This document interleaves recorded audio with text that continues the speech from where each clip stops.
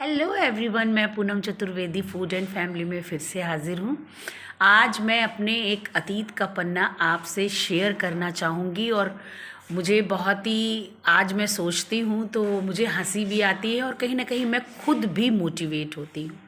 और इसका टॉपिक है जली रोटियाँ। देखिए क्या है कि जब मैं अपने शादी के बाद मैं अपने ससुराल आती हूँ तो मैं स्टार्टिंग से एक्चुअली जो है ग्रेजुएट तो थी ही मैं।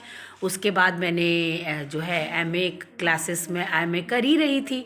उसके बाद एलटी की डिग्री लेती हूँ जो उस समय 92 93 की बात हो रही है। तो उस समय जो है ये बीएड की तरह एक इक्वल जो था वो था, तो उसकी भी अपनी महत्ता थी। तो मेरे फादर इन लॉ जो होते हैं मेरा एडमिशन एक उसमें करा देते हैं स्कूल में, और वहाँ पे मेरी टीचिंग स्टार्ट हो जाती है। अब क्या होता है कि कभी तो ज़िंदगी में खाना नहीं बनाया था मैंने, क्योंकि मैं यहाँ पे एकदम स्टडी करते करते शादी होती है, मैं ससुराल चली जाती हूँ। अब जो मैं खाना बनाती हूँ और सासू माँ का कहना था स्कूल जाना है तो उससे पहले आपको पूरा प्रिपेयर करके सारी चीज़ें जानी हैं। तो अब वो भी एक रिस्पॉन्सिबिलिटी और प्लस स्कूल का जो है वो तो एक प्राइवेट जॉब को आप अच्छे से समझ सकते हैं। तो उसमें सारा कुछ तो बन जाता था, बट जब वो रोटियां बनाने का आता था तो रोटियां जो क्या होती थी आधे से ज़्यादा जल जाती थी। तो भाई बहुत प्रैक्टिस की कि रोटियां ज़्यादा जले ना, करम ना। और उस समय आप हंसेंगे कि मैं खुद भी अपने ऊपर इतना हंसती हूँ कि उन रोटियां जो भी जलती जाती थी 3 4 5 तो मतलब जल ही जाती थी। और घर में 4 मेंबर मेरी सासू माँ, मेरे फादर इन लॉ, मैं और मेरे हस्बैंड। तो अब वो कितनी रोटियां बनेंगी, तो उसमें पता चला कि 1 2 तो मैंने नाश्ते के रूप में रोटियां खा ली और 3 4 रख ली। वो जली जितनी भी रोटियां जलती थी वो मेरे टिफ़िन में जाती थी। तो ये सारा जब मैं स्टाफ बैठता था, लंच का टाइम होता था, तो वो रोटियां देखती थी और हंसती थी। तब उनको मैं यही वो समझती भी थी क्योंकि काफ़ी मैं यंग थी उस समय और मेरा जो था थोड़ा सा पढ़ाई की तरफ रुझान कुछ ज़्यादा ही था।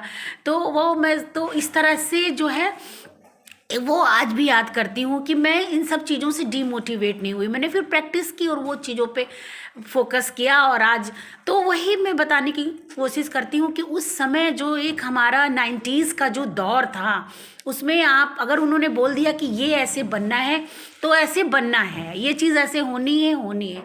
क्यों? क्योंकि आप जॉब कर रहे हो तो अपने लिए कर रहे हो। तो हमारा तो सिस्टम में आपको किसी भी टर्न एंड ट्विस्ट नहीं करना है, बट अदर जो है सपोर्ट था बहुत सारा। वो सपोर्ट करना, सब्जी काटना, ये सारी चीज़ें करना, सारी चीज़ें मुहैया टाइम से करा देना।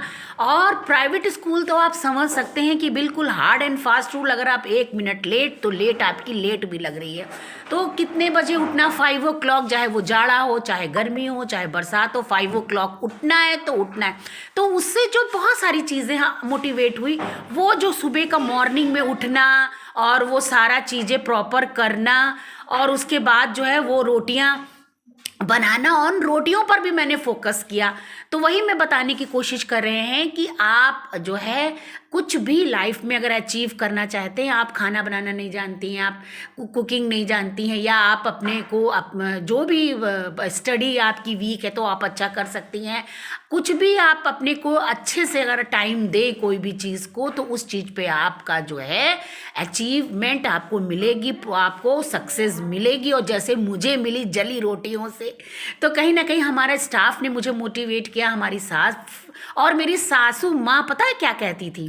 बिल्ली की पीठ बोलती थी कि मेरी बहू जो रोटी बनाती है बिल्ली की पीठ होती है। बट वो कहीं ना कहीं मेरे लिए चैलेंजिंग था, कहीं ना कहीं वो मेरे लिए मोटिवेशन था। बहुत ही प्यार करती थी मेरा, बहुत ही मेरा लाड किया है उन्होंने।